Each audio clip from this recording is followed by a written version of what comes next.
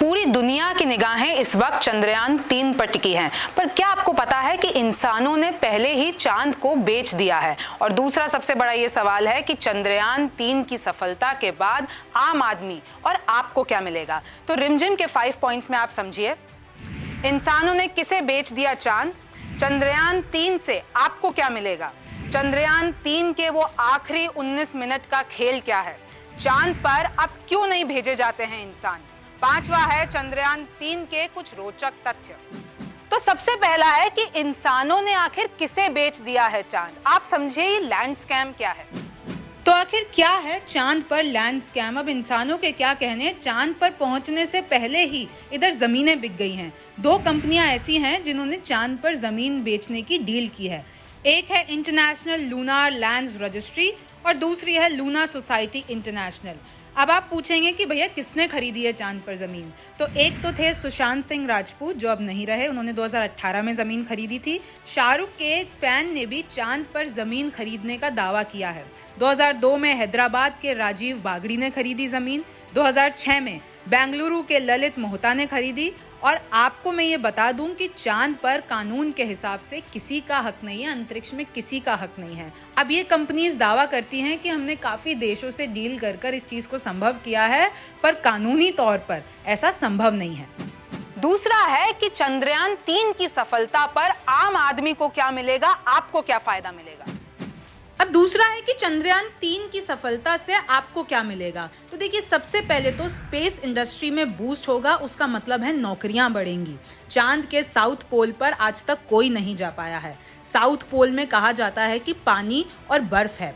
अगर भारत चांद के साउथ पोल पर पहुंच जाता है तो हम वहां पर लूनर कॉलोनीज बसा सकते हैं, वहां पर माइनिंग हो सकती है, मार्स पर जाने के लिए दरवाजे खुल सकते हैं, विदेशों से भारत को इन्वेस्टमेंट मिलेगा, विदेशों के प्रोजेक्ट, सैटेलाइट प्रोजेक्ट्स इसरो को मिलेंगे, इकोनॉमी बढ़ने से भारत एक विकसित देश बनेगा। तीसरा है कि चंद्रयान-3 के वो आखिरी 19 मिनट में क्या खेल हो सकता है कि पिछली बार चंद्रयान-2 भी इस आखिरी 19 मिनट में ही असफल रहा था। अब समझते हैं कि चंद्रयान-3 के वो आखिरी 19 मिनट क्यों महत्वपूर्ण हैं। तो चंद्रयान-3 को कम करनी होगी अपनी स्पीड उन आखिरी 19 मिनटों में, हॉरिजॉन्टल से उसको अपनी पोजीशन वर्टिकल करनी होगी। इन आखिरी मिनटों में ही चंद्रयान-2 हमारा पहले वाला प्रोजेक्ट फेल हुआ था। अब चंद्रयान-3 को लगभग 6000 किलोमीटर प्रति आवर की स्पीड को कम करके 10 किलोमीटर प्रति आवर की स्पीड करनी होगी।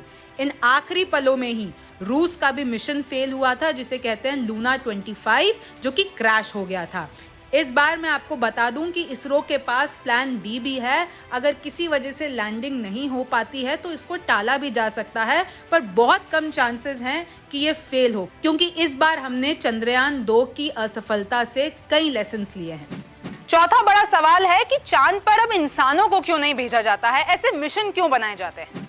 चांद पर अब क्यों नहीं भेजे जाते इंसान? तो अमेरिका ने 20 जुलाई 1969 में पहली बार किसी व्यक्ति को चांद पर उतारा था और उनका नाम था नील आर्मस्ट्रॉन्ग। ये बात सब जानते हैं। आपको बता दूं कि मात्र 2.5 घंटे ही वो चांद पर रहे थे। अब तक 12 लोग सफर कर चुके हैं चांद पर। 1972 के बाद अब तक कोई व्यक्ति चांद पर नहीं गया है, क्योंकि वहां पर जाने के लिए बहुत ज़्यादा पैसा खर्च करना पड़ता है अगर आप इंसान को भेजते हैं तो, और वही बजट कम हो जाता है कि अगर आप कोई रोबोट को भेजते हैं, जैसे हमारे पास है विक्रम और प्रज्ञान।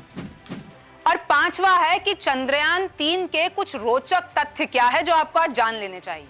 चंद्रयान-3 की कुछ बातें आप जान लीजिए कि चंद्रयान का बजट जो है वो इस बार का 615 करोड़ है, जो कि बार्बी और ओपनहाइमर जैसी मूवीज से भी बहुत कम है।